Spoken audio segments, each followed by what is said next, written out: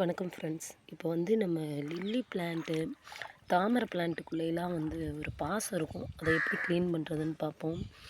பாருங்கள், இப்படி பிளான்ட்டுக்குள்ளே கைவிட்டு பார்த்தீங்களா, இந்த இருக்குது பாருங்கள் பாசம். இப்படி கொடி மாதிரி வரும்.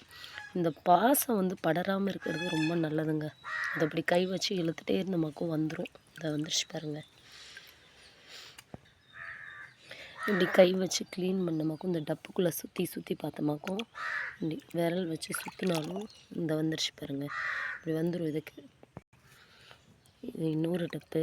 இங்கே பாருங்கள், இப்படி விரல் வச்சு சுற்ற அடுத்து வரும். ஏன்னா இது பட்ஸ் எதுவும் நம்மளை வைக்க விடாது. செடிக்குள்ளே பட்டு வைக்க விடாமல், சூரிய வெளிச்சம் வந்து அடியில் அந்த மண்ணில் படாமல் பண்ணிடும்.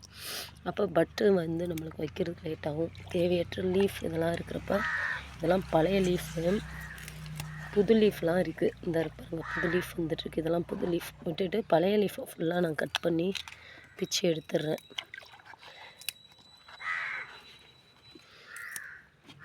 இப்படி க்ளீன் பண்ணி விட்டிங்களாக்கும் நல்லது. முக்கியமாக இந்த பாசத்தை எடுத்து விட்டிங்களாக்கும் நம்ம பிளான்ட்டுக்கு வந்து சூரிய ஒளி வந்து அடி வரைக்கும் கிடைக்கும். டக்குன்னு ஃப்ளவர் கொடுக்கும். பாருங்கள், புது லீஃப் மட்டும் விட்டுருக்கேன்.